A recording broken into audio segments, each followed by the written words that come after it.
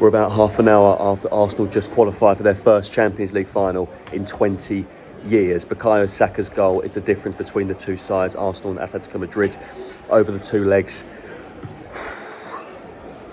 Wow. Do you know what? When I come to these games and sit in the press box, obviously it's an absolute privilege and it's a pleasure to come and speak to all these people, have opportunities to interview players and managers and speak to Mikel and whatever else it is.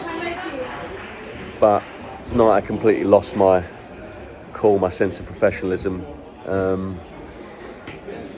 That was amazing. The atmosphere was nothing I'd ever seen before here at this stadium.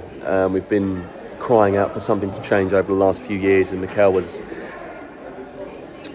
brought that in abundance. He's completely shifted the narrative around this club and how the fans are perceived, and how we, not just as fans, but people who come to the games and get behind the team and offer a purpose to these players when things aren't going too well.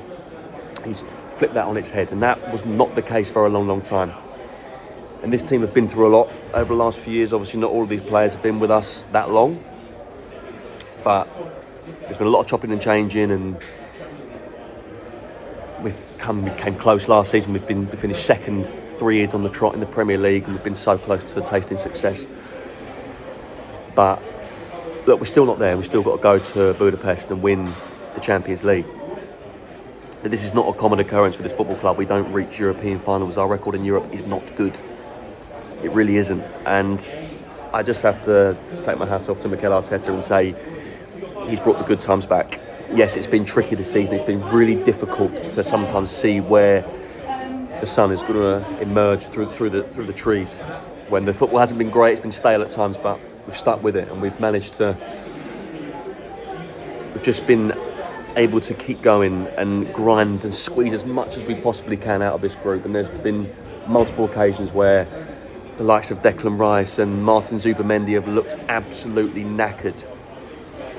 And I do think, to a degree, the emergence of Miles Lewis-Skelly in midfield, twice on the bounce, he started again there tonight, completely to everybody's surprise, seemingly. Even Mikel didn't really know.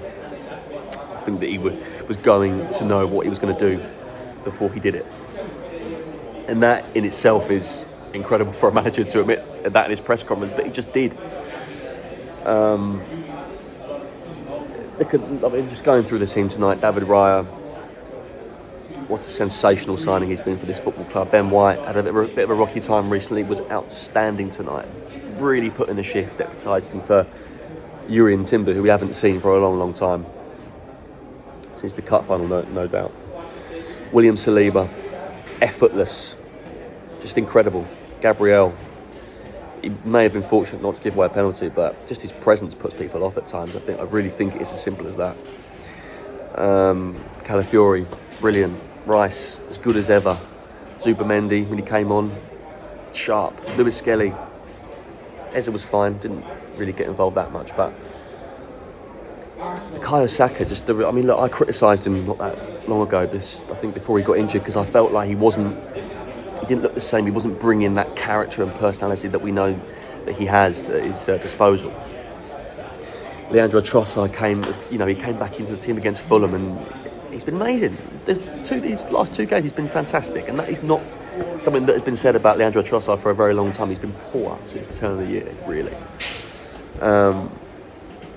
Victor Gyökeres, a man inspired by, I don't know what he's been putting in his breakfast recently. I think, Arteta was asked about it in his press conference, but he looks like a different player at times. His hold-up play, his ability to control the ball under pressure, the way he uses the width and the breadth of his body to spread himself out and win the ball under pressure. It's not something that we've seen for a long, long time from him. Well, if at all, really, since he joined the club in the summer. But yeah, I can't believe I'm saying it. Arsenal were through to the Champions League final. I'll be there as either a journalist or a fan or whatever, in some capacity as a human being going to watch my football team. I will be there. So yeah, I'm just absolutely ecstatic with the performance over the last week or so.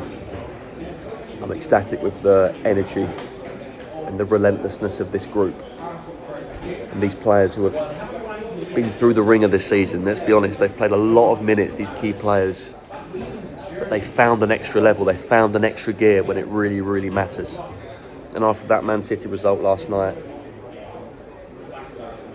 I feel as if the momentum is with us.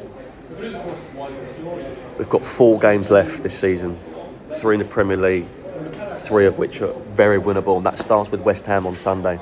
Attention must now switch to that game on Sunday.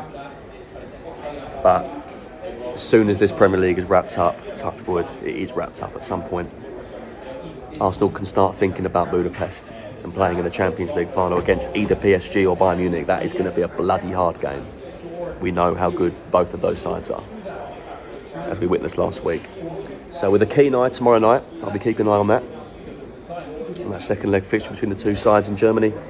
And then I'll be back at the London Stadium on Sunday for the West Ham game. Until then, see you all later. Arsenal are through to the Champions League final.